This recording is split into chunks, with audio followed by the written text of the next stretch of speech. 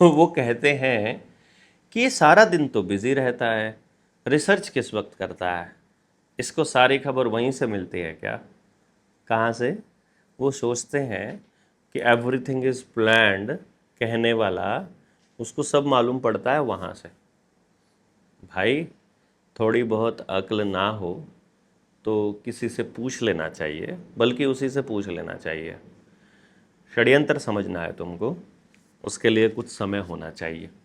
और जिस वक्त तुम लोग अपना घरों में बैठकर दुबके हुए थे ना, उस वक्त हम इस खेल को समझ चुके थे।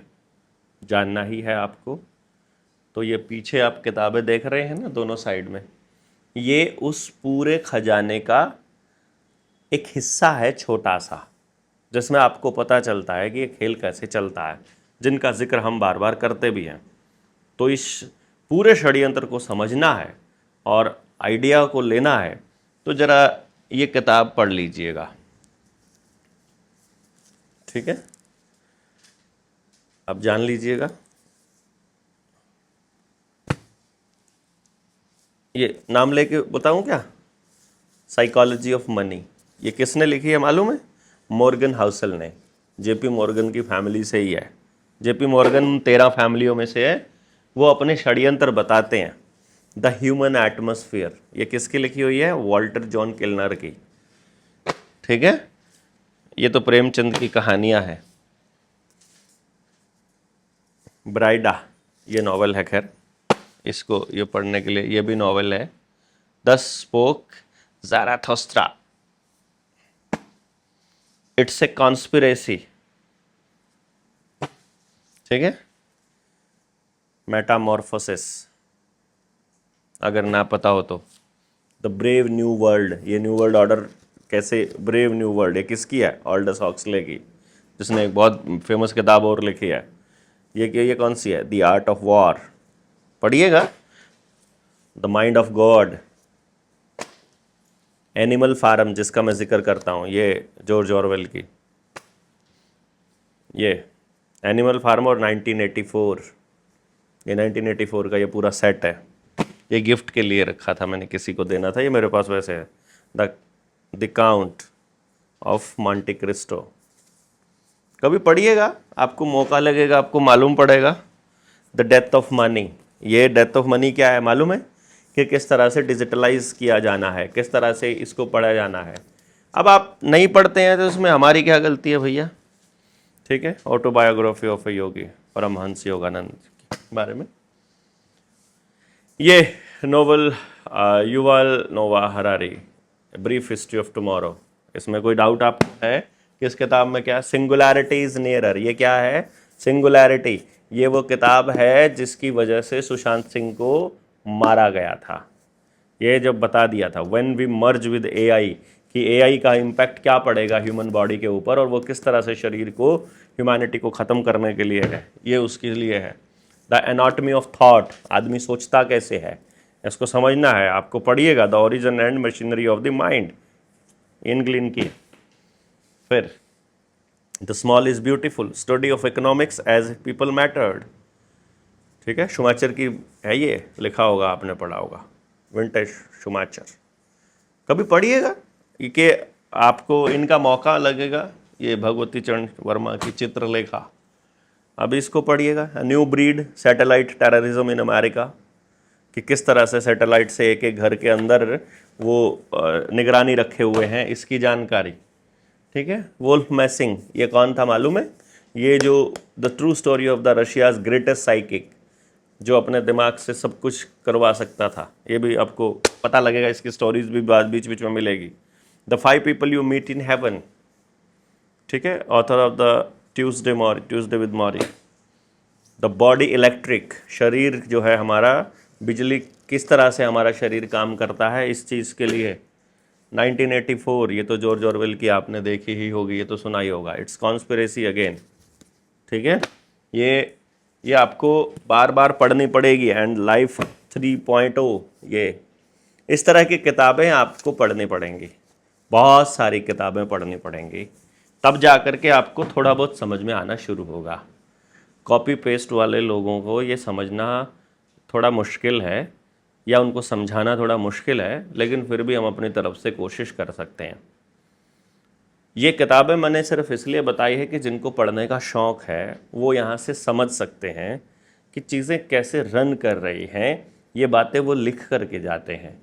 हमारे बुज़ुर्गों ने अंग्रेज़ी मीडियम स्कूल इसलिए नहीं बनाए थे कि वो आप अंग्रेज़ी मीडियम के पीछे भागकर उनको कॉपी करने लग जाओ। उनका असली मकसद था कि जो ये कॉन्स्पिरेसी है उसको ये बता रहे हैं कि भाई हम लोग ये करेंगे। ये 1984 में जॉर्ज ऑरवेल कह रहा है इस किताब के अंदर।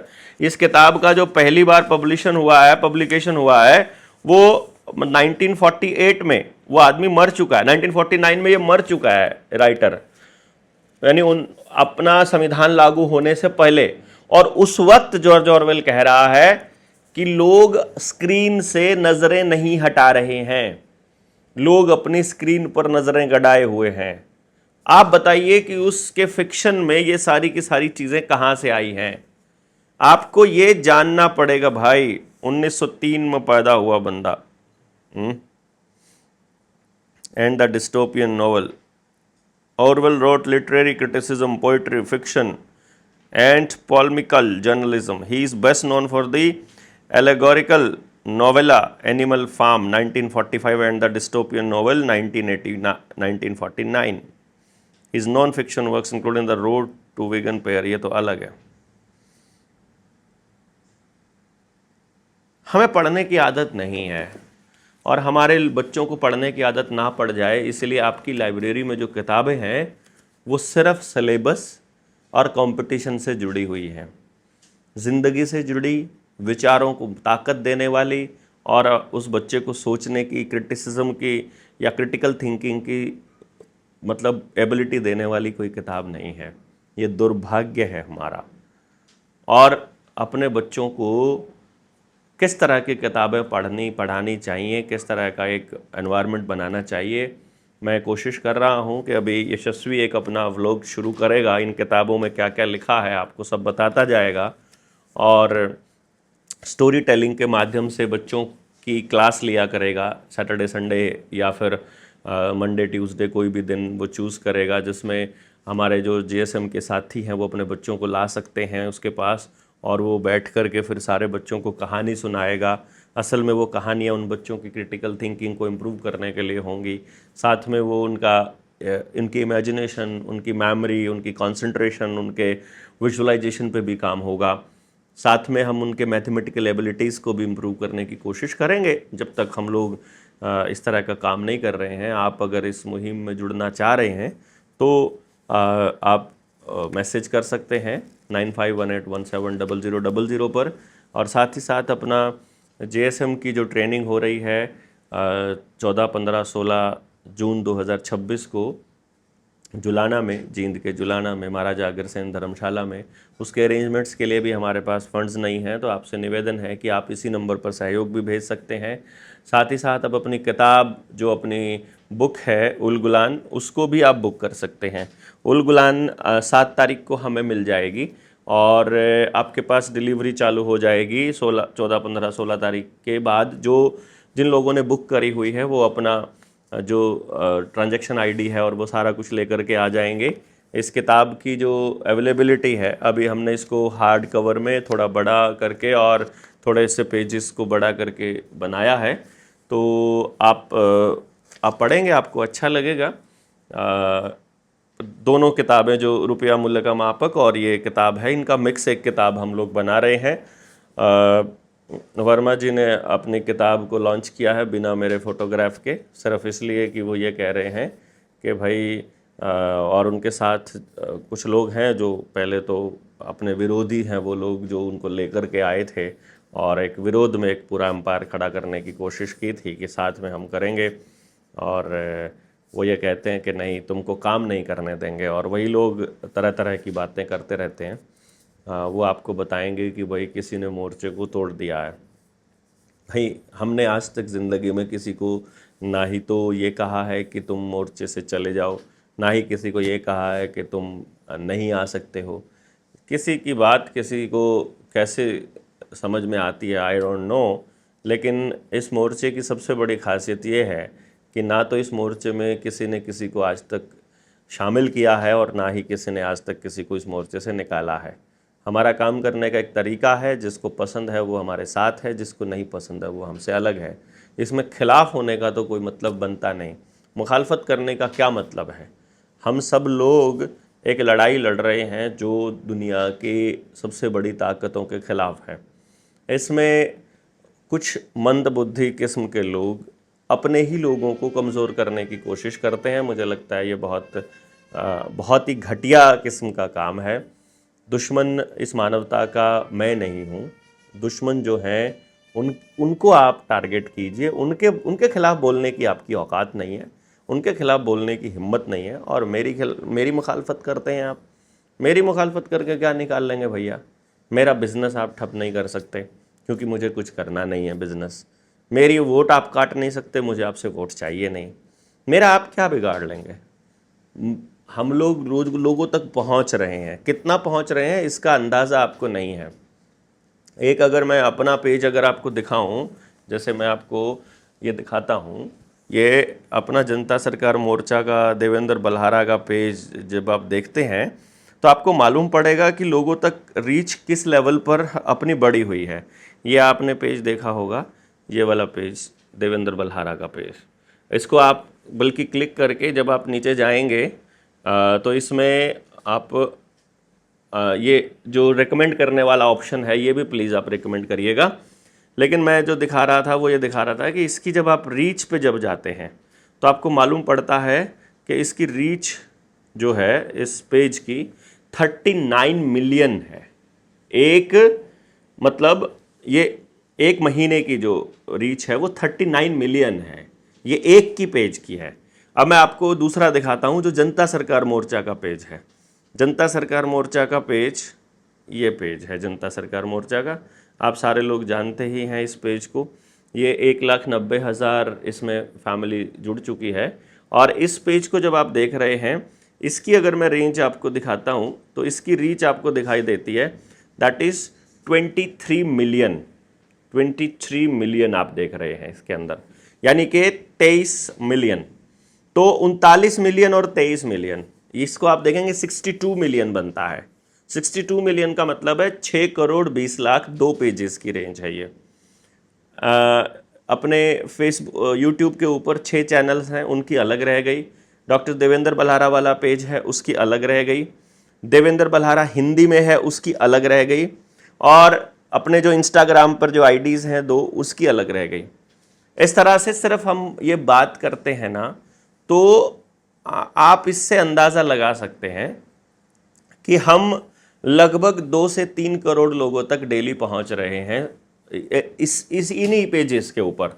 फिर उसके बाद निडर बंटी चैनल है, वो बंटी कितना ज़बरदस्त 6 लाख फॉलोअर हैं उसके, वो डाल रहे हैं। जनता सरकार मोर्चा हरियाणा का पेज है। जनता सरकार मोर्चा के और कितने सारे पेज हैं जो लोगों ने दूसरे पेज डाले हैं। सिद्धार्थ भाई है, एक सिद्धार्थ जो VIP न्यूज़ वाले, ठीक है। ADR लाइव वाला साथी हैं। A1 फील्ड वाले सुशील सिहाग हैं, सिसाई वाले, ठीक है। और भाई राहुल अत्री का चैनल है। फिर आप KK म्यूज़िक एंड एंटरटेनमेंट को आप देखेंगे, वहाँ पर भी निशा शर्मा ने जो पॉडकास्ट किया हुआ है, एक एक दिन की रीच जो है वो 8 मिलियन, 6 मिलियन, 10 मिलियन, इस तरह से 1 करोड़ एक पेज के ऊपर है। तो आप इससे अंदाज़ा लगा सकते हैं कि पूरे देश के अंदर जनता सरकार मोर्चा का नाम पहुंच गया है। इसी से उनको जलन होती है, क्योंकि वो जिन लोगों ने, जो लोग सोच रहे थे वो क्या मतलब, जिनका धंधा ही धोखे का रहा हो शुरू से लेके अब तक, उनसे क्या उम्मीद करेंगे? तो वो भी धोखा ही देने की बात करेंगे, इसलिए हम उनके मुंह नहीं लगते हैं। बाकी लोगों को पता होना चाहिए, कोई इस तरह की बात अगर कहता हुआ मिले तो उससे सिर्फ आपने यही पूछना है कि तुमने क्या किया। तुम हमको तो कह देते हो। एक तो गंगू पंडित जी तो बोलते हैं कि इल्यूमिनाती का मेंबर, मतलब वो हाथ ऐसे उठाया हुआ उसको बोलते हैं, मतलब सिंबल भी नहीं बनाया हुआ। और वो सिंबल तुमको मालूम भी है क्या है? ट्रायंगल का सिंबल किस लिए होता है? जो मैंने उसको बताया ये क्या खेल होता है, और वो मुझी को बता रहा है कि मैं पब्लिकली इस तरह से अनाउंस करूँगा।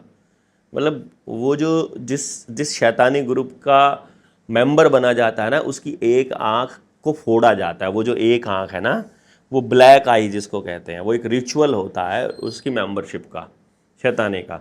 तो जिस दिन मेरी एक आंख काली मिले, जिस दिन ब्लैक आई मिले, उस दिन समझ लेना। तो वो लोग इस तरह से सिंबल बनाते हैं, मतलब आंख के ऊपर ये हाथ की उंगलियों को बांध करके 666 का सिंबल ये बनाते हैं वो लोग। तो वो उनसे वो देखा ना कभी, तब मान लेना कि हम इल्यूमिनाती के मेंबर हो गए हैं। और ढूंढो जरा एक बार फेसबुक पे ना, सॉरी गूगल पे ढूंढ लो ब्लैक आई सिंबल। तो ब्लैक आई वाले कौन कौन लोग हैं, मतलब जिस जिस भी व्यक्ति ने अपनी एक आंख हल्की सी ब्लैक करके फोटो खिंचाया हुआ है, समझ लो वो व्यक्ति इल्यूमिनाती का मेंबर है, जिसने अपनी आत्मा को बेचने का सौदा कर लिया है। ये बातें आपको मतलब गंगू भैया को हम नहीं बताई हैं, वो यहीं से सीख कर गया इसी स्कूल से, और वो हमको ही बता रहा है कि हमें क्या करना है। वो जितनी बातें हैं वो बैठा बैठा सारा दिन देवेंद्र भाई देवेंद्र भाई देवेंद्र भाई। भैया एक एक आदमी का नाम लेना शुरू करूंगा ना, जिस जिसके पैसे खा रखे हैं, पता चल जाएगा तुमको। मैं जब तक शांत हूँ तब तक मैं शांत हूँ। अपना काम पे फोकस करो, जहाँ बहुत बढ़िया रहेगा। हम यहाँ दुश्मनी निकालने, दुश्मनी करने नहीं आए हैं एक दूसरे से, इसलिए हम किसी के खिलाफ नहीं बोलते हैं। समाज में बैठा कोई व्यक्ति है, अभी कोई हमसे कुछ हो रहा है तो हम कर पा रहे हैं, किसी को किसी को कोसने से क्या फ़ायदा है। मान लीजिए कोई किसान संगठन का कोई नेता है, वो किसानों को ऑर्गेनिक खेती पे काम करना नहीं सिखा पा रहे हैं, वो लोगों को मोटिवेट नहीं कर पा रहे हैं कि आगे फूड क्राइसिस से कैसे बचें। तो भैया हमसे जो हो पाएगा हम अपने लोग तैयार करेंगे ना।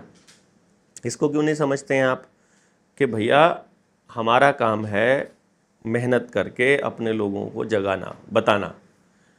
हमारा काम दूसरों की बुराई करना नहीं है। लोग जब जाग जाएंगे परिवर्तन अपने आप कर लेंगे। उनको अपने बच्चों की ज़्यादा फिक्र जब पता चलेगी कि भैया तुम्हें फिक्र है तो तुम ही करोगे, कोई सरकार आने वाली नहीं है। और इस पूरे षड्यंत्र को समझने के लिए 14, 15, 16 को हम जुलाना के जींद में इकट्ठे हो ही रहे हैं, सॉरी जींद के जुलाना में इकट्ठे हो रहे हैं, महाराजा अग्रसेन धर्मशाला में।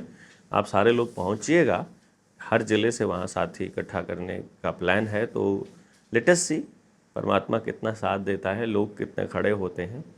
सिर्फ व्यूवरशिप से देश नहीं बदलता है, लेकिन लोगों तक पहुंच करके हम इतना तो लोगों के दिलों में जगह बनाने में कामयाब हो गए हैं कि अब लोग कहने लगे हैं कि ये लड़के ठीक बोल रहे हैं, ये देवेंद्र बलहारा सही बोल रहा है, जनता सरकार मोर्चा ठीक से काम कर रहा है। और इसी नाम का फ़ायदा उठाना चाहते हैं कुछ लोग, जनता सरकार मोर्चा के नाम से कुछ भी शुरू कर देते हैं। हम लोगों का एक ही नंबर है 9518170000। दूसरा नंबर है हमारा जो जागरूक समाज मंच संस्था का है, जिसमें हम लोग जिसमें आप सहयोग राशि भेज सकते हैं। और तीसरी बात यह है कि जो 801 से लेके और 830 तक नंबर हमने अलॉट किए हैं, वो भी आने वाले समय में हम वहाँ पर भी आप सहायता भेज सकते हैं, अपने ज़िले को भी आप भेज सकते हैं। वो अभी जल्दी ही हम इस तरह का प्रोविज़न बनाएंगे कि आप अपने ज़िले को ही मदद कीजिएगा आर्थिक, फिर हमें आप डायरेक्टली नहीं, कोई बड़ा प्रोग्राम होगा तो हम आपसे मदद मांगेंगे, अदरवाइज़ हर किसी को अपने ज़िले को मजबूत करना है। जल्दी ही हम इस पूरी मुहिम को आगे बढ़ाएंगे। आपसे निवेदन है कि आप इस 14, 15, 16 तारीख को जींद के जुलाना की महाराजा अग्रसेन धर्मशाला में आइएगा, अपने इस सामाजिक सत्संग में भाग लीजिएगा, पूरी ट्रेनिंग को समझिएगा क्या षड्यंत्र आपके साथ हो रहा है, ताकि आने वाले समय में हम व्यवस्था परिवर्तन को और मजबूत कर सकें। जय हिंद, जय भारत, जय जोहार।